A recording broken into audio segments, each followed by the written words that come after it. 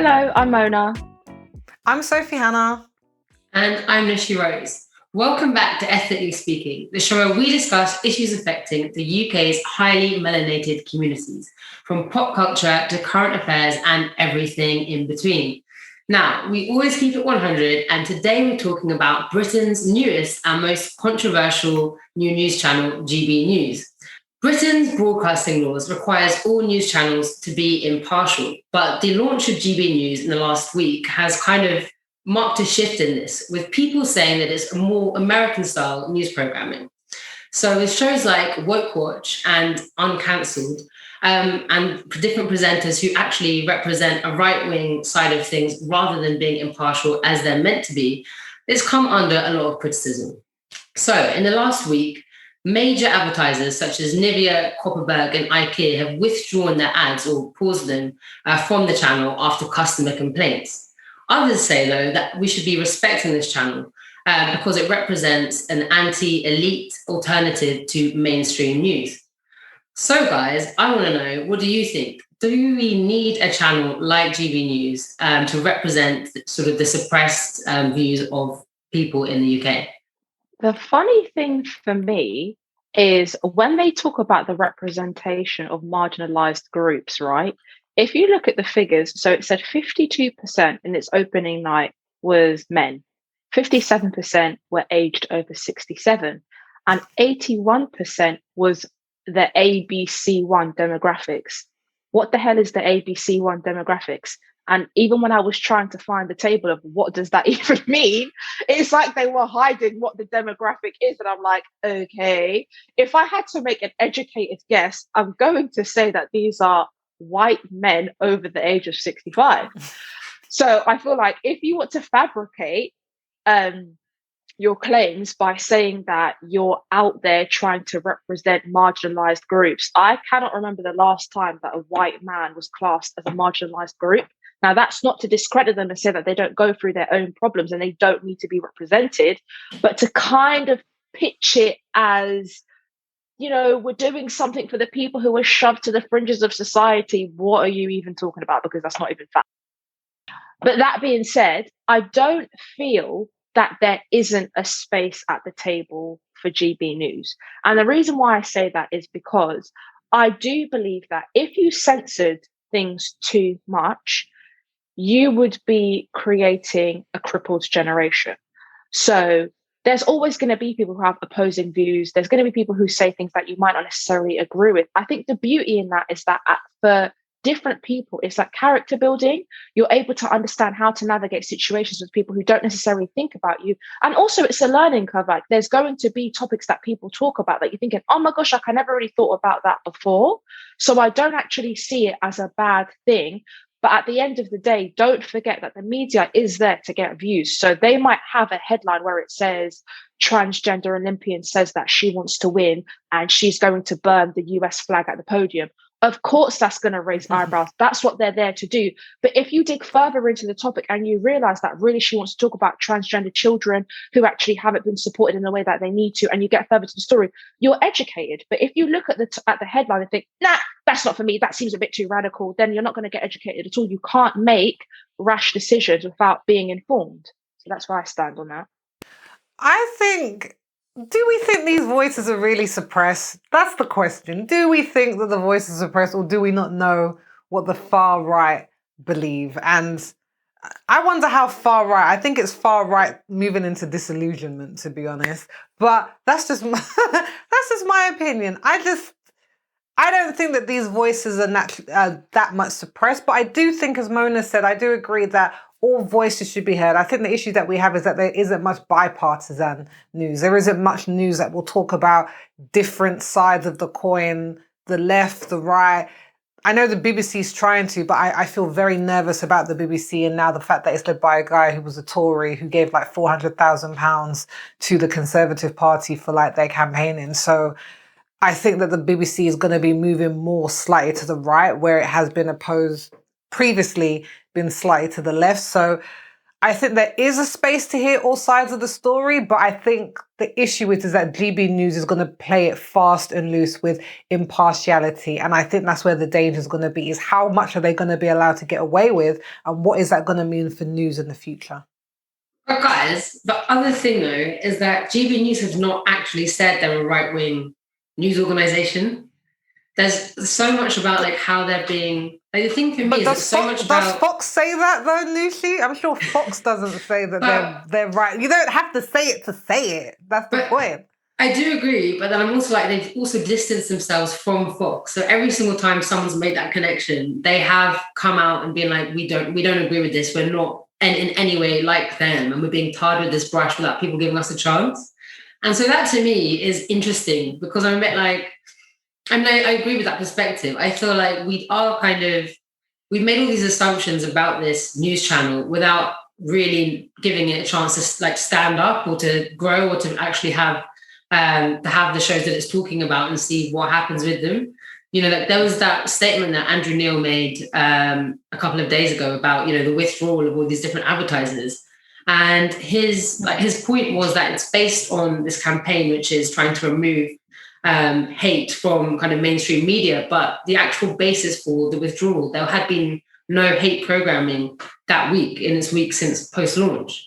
And so it was kind of the entire movement, I guess, was based on an imaginary or kind of fear, something that might happen rather than something that had. And I feel like if we transplanted that kind of behavior into other realms with politics that we agree with rather than dislike or fear, we wouldn't think it was okay in those circumstances. I think that's a very interesting point. No, I got to comment on that one. I'm sorry. I think that's a very interesting point, Nushi, because as much as you're saying that they're not really talking about hate, I would probably say the whole point of GB News is to kind of stoke fear and hate, in my opinion.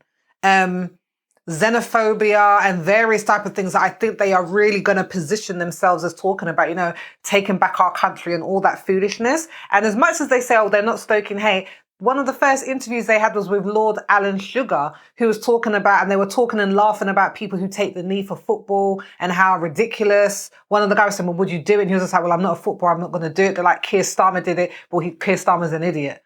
And so I don't know if we can really say that they're not stoking some very controversial opinions. And it wasn't, the guy was laughing when Lord Sugar was saying he wouldn't take the knee and what he thought about it. Like, I don't think that that's very appropriate for a news commentator to be kind of weighing in like that. So I don't know if we can really say that they're showing impartiality. Just the whole thing of the woke watch.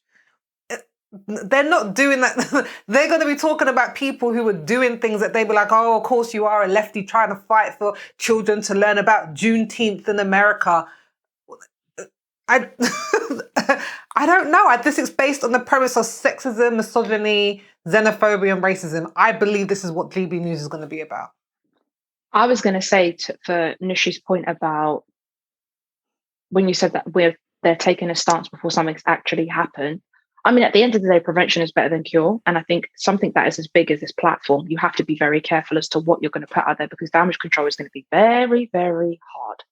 And I think that the distribution of hate is very subjective, depending on which community feels offended and where you stand on whatever it is that is being discussed. So if something is very subjective, that's going to be the focal point of the news channel, then yeah, I mean, it's going to have a lot more protocols and a lot more policies in there to kind of contain it. And the fact that there is so much nervousness around it, you have to ask yourself, well, where is the comparison coming from? Of course, they're going to say, oh, well, we actually don't really want to be compared to Fox News. Okay, but if outside audiences are, you have to ask, where are they getting that from? Why would they draw that comparison? I don't think it's just because of stereotyping or based on assumption. I don't think there's no smoke without fire.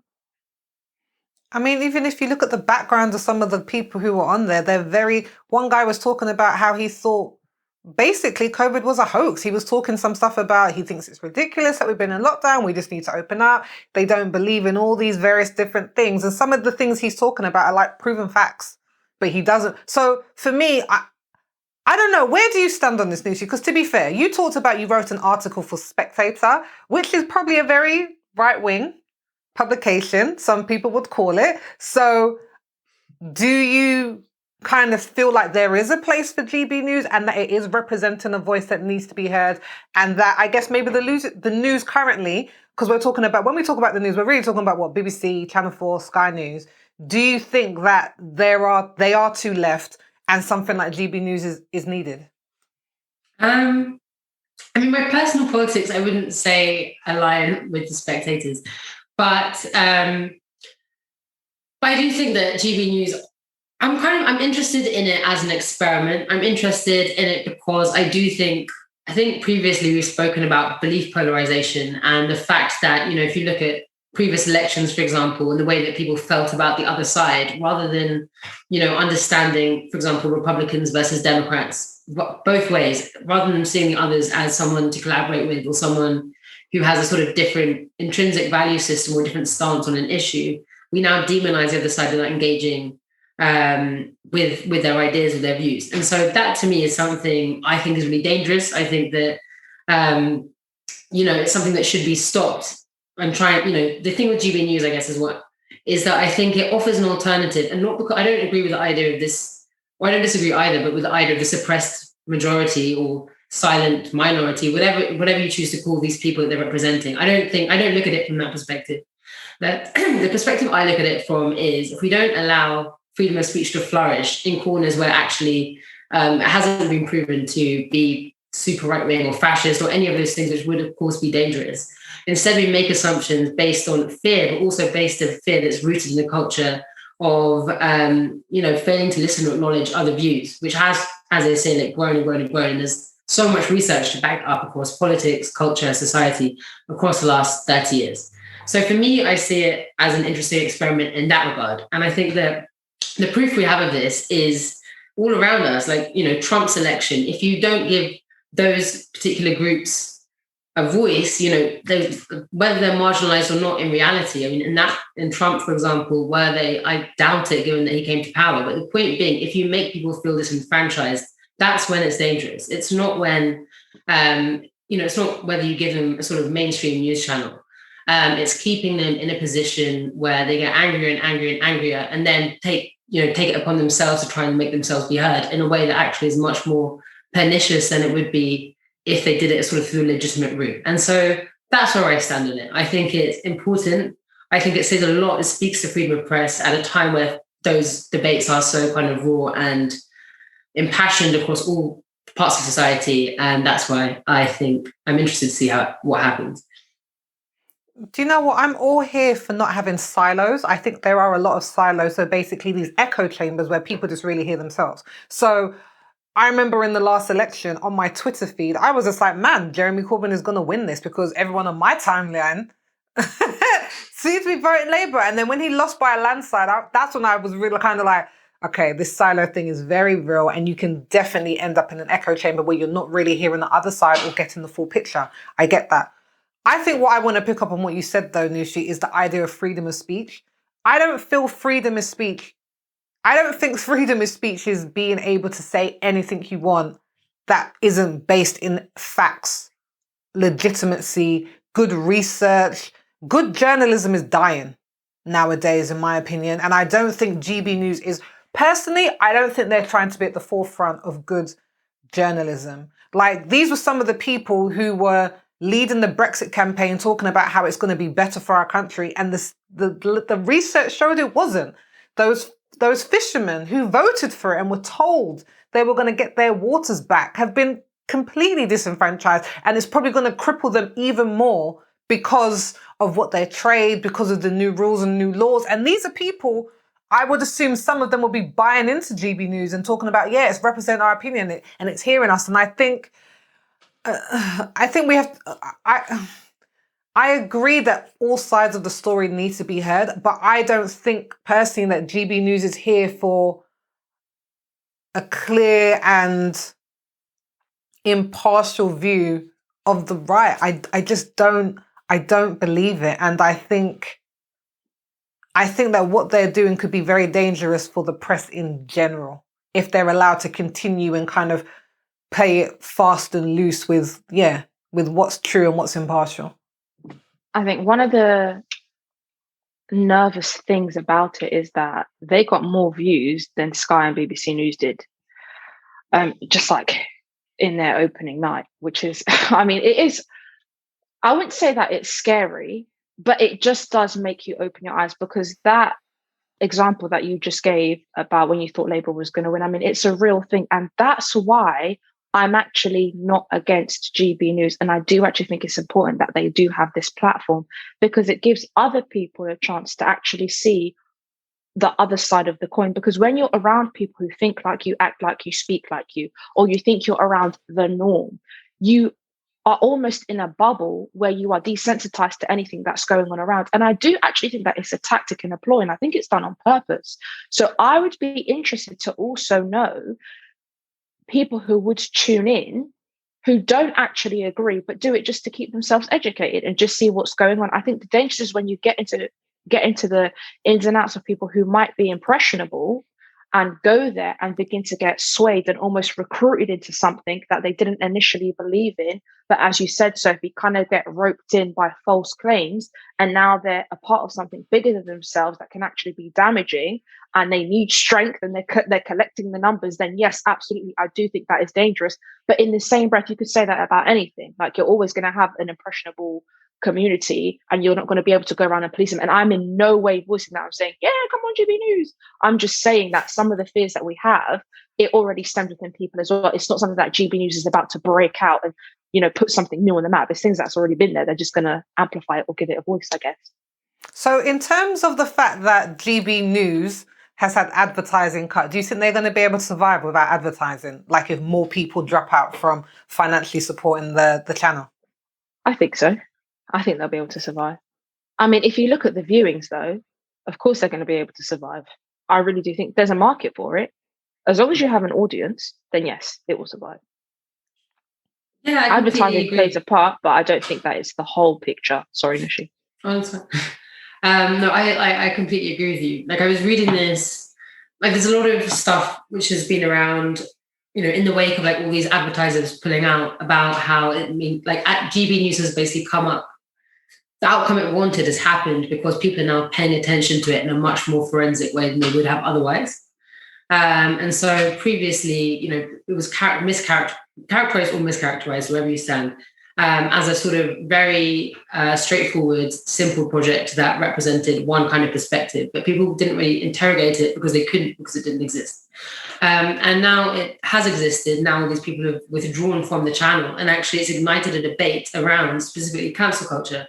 And almost like the ironic twist in this whole debacle is the fact that, they're so anti-cancel culture, they have uncancelled as one of their features, and yet they've been, in the first week alone, there's already been a huge uproar and people trying to cancel them in certain ways, i.e. boycott of their ads. And so I read a piece which I agree with, which kind of was saying this is actually a great success, like this is a triumph for the channel. And so I don't think the withdrawal of all these advertisers will be bad for it, because there's also been this, a few of those guys, maybe Nivea, and I can't remember, a couple of the others have also kind of snuck back in. So although they initially withdrew, after there was some kind of debate around why have we actually done this when there hasn't been any proof or evidence of hateful views being expressed in any of our show or any of these shows, they've gone back and decided to kind of reopen their accounts with the channel. And so it's almost like a PR stunt in my mind, rather than a kind of threat to like the life and like longevity of GB News. I agree. I don't know. Personally, I don't know how long the channel will last without advertisers. I don't think it will last long if all of them drop out, because it's not going to get funded by the government, and their funding needs to come from somewhere. So do I think all the advertisers are going to drop out? No. But if they all did, I don't really see how it could really keep going unless they dramatically change their format or what they were going to talk about. But I guess this whole thing that you're saying, Lucy, I'm sorry, I have to come back to this. When you're saying that there wasn't anything bad, so when the reporter is literally laughing at people kneeling against racism, you don't think that in any way that's a very provocative thing for a reporter to be doing, or you think that that's completely fine for someone to be doing? Because I just feel like what would it take for you to think that they are saying things or inciting certain feelings that are detrimental because the reporter is in the power of position. Him laughing at people trying to take a stand against racism is already him or him making jokes about it and laughing about it with someone who's a lord. That is already coming with connotations about what they think about that subject. If I laugh at something, if I deride it, I think it's a joke. I think it's not serious. Isn't that dangerous? So I think that says stuff about the reporter rather than the channel, right? Like, of course, I completely agree. That is, I mean, I don't agree with that. But it's being condoned on their channel. Like, this is come on. As part of a production, they already vet the questions that are going to be asked to a guest. It's probably not going to be a surprise. They knew what he was going to ask. The channel was fine with it. So how can we not say that this is not in line with the kind of current or wave that they're going to be trying to be riding on GB News? So as I said, I feel like it's like a difficult situation because, of course, I completely disagree with this reporter having done this, having like kind of made a joke of racism, I guess, of course. But at the same time, I do think that taking one example to make a point, it's not even really about a news channel. It's about a perspective. And one person's sort of sickening or like grotesque interpretation of that, which kind of translates into an interview situation, that's obviously wrong. But I don't think you can then make much sort of larger points from this incident about an entire channel unless they then come out themselves and said, okay, we have no issue with this. I don't know. I didn't know about that. So I have no idea about the situation or the context. And so, of course, I'm not defending that. But I also do think, there's always going to be sort of rogue people in any news organization or any organization who hold views that sort of suggest actually they're not fit for the job and they shouldn't be in front of an audience or given a platform to speak. But as I say, I think that's to do with the individual. It's not to do necessarily with the channel. But I need more context, I guess. Do you know what? I really hope it's not reflective of the channel. I really hope so. But I think even in that instance, that shows a lack of impartiality because I shouldn't be knowing how he personally feels about people taking the knee. And that's not even my personal opinion. That is British UK law. Like news organizations, news corporations, people who do the news are supposed to be impartial. We are not supposed to know what the presenter personally feels about this, what his personal beliefs are, what he believes about this. So even that for me, it feels like it's only a representation of the vein that GB News is going to be going in. But you're right. It is one example. And all we can do is take time to really see what the channel is going to be about in the long run. Can I just say that I'm actually here for it, because that particular example, I'm really tired of people trying to be politically correct when it's not actually their true nature. Somebody like Lord Alan Sugar, right? I'm happy for you to say exactly how you truly feel because you are very high in power, right? And people love to come to the defense and love to talk about how this is subjective, how this was taken out of context. Everything you said, Sophie, is not a lie. To snigger and laugh and kind of have like this back and forth where you're basically giving them a pat on the back. You're absolutely right. Like both of you are just saying that you're in bed with each other and you agree with what the other person is saying. I'm here for that because I feel right now where we are as a society, people police things too much where it becomes murky waters. And even when you know something to be true, if you do not come with the receipts and if you do not have the evidence, you don't have a leg to stand on. So I'm here for it. I'm here to know exactly what the reporter does and says, because when I hold you accountable, it's not me being emotional. It's not me being from the community that's offended. So of course I'm going to think of it like that. It's fact. So I'm actually here for it. And I'm actually intrigued to see as they carry on, who comes on the show, the more people that show their colours. Because if you're in a comfortable environment and you feel like somebody thinks the way that you do, you're less likely to put on this facade and have a mask. I'm going to see the real you and see what you actually think. I'm here for it. I think people need to get dressed down a bit more. So that's just my 2 pence on that. Do you guys think that GB News is going to be able to compete with other news channels? Absolutely. Absolutely. That false claim of we're representing people who are on the fringes, shut up. if you look at the amount of viewers who have come in, if you look at the statistics of who has watched it, you already know the minority that they're talking about is the majority. But this is the thing. The way that they word things has people believing things that aren't true. Again, I go back to that example that you gave about Labour. People sit there and they think that they're on the win. Not saying that they're not on the winning team, but they think that they're on the team that everyone else is on. That is not the case.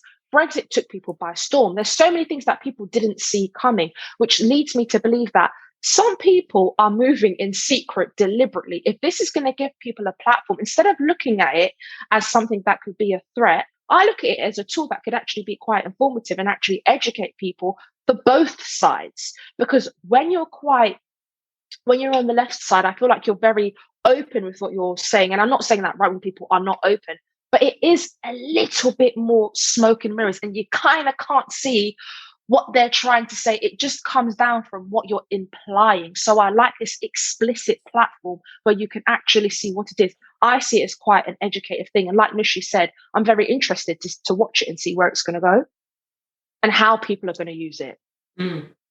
I just think the whole thing, I think the whole thing's fascinating. I think it will last because, like, you know, this whole thing, as we were saying, like, about advertisers dropping out, for example, they're coming back. Even if they don't, like, it's this, you know, this whole thing with media at the moment where actually they no longer, like, you know, for so long media was funded by ads, and many channels are, for example, CNBC or other sort of NBC portfolio and lots of other news channels. But when, you know, the flip side of not having government funding, so for example, being ineligible for that stuff like the BBC or whatever it might be, is that actually you can also have groups of private wealthy individuals who then back these projects, and that's actually a lot more dangerous because then, you know, the channels themselves are at the behest of these partisan groups. And you saw that, for example, we've been talking about Brexit. You saw that with Brexit all the time at the Vote Leave campaign run by Aaron Banks, who's one of the most racist, like, hideous characters in society. You know, there's tons of stuff out there about what he's done, the sort of neo-Nazis that he continues to spend his time with. As soon as those individuals are able to sort of bandwagon onto movements, which, for example, I would say GB News represent, that are slightly disenfranchised, they believe they're disenfranchised and actually feel that very few people will listen to them or are mischaracterizing them or whatever it might be. Those moments, and we've seen that, as I say, in the last 5-6 years in our own British history, like, of people capitalizing on racism or discrimination or right-wing extremism, whatever it might be, as a result of actually falling into the hands of wealthy private backers rather than kind of being open and being able to express their views. And so I think that GB News, in that sense, it actually is an exciting alternative to what could potentially happen if these groups truly do exist and feel marginalized for whatever reason they feel this way. Because, as we're saying, they are powerful, they are the majority, and it's better that they channel their views through GB News than a political party or something else, in my view. But I guess that's where I don't feel like GB News is going to be the place where they go and, you know, have a chance to hear their views expressed and then just feel like, you know what, I feel really heard, so I'm going to be really nice to my immigrant neighbor.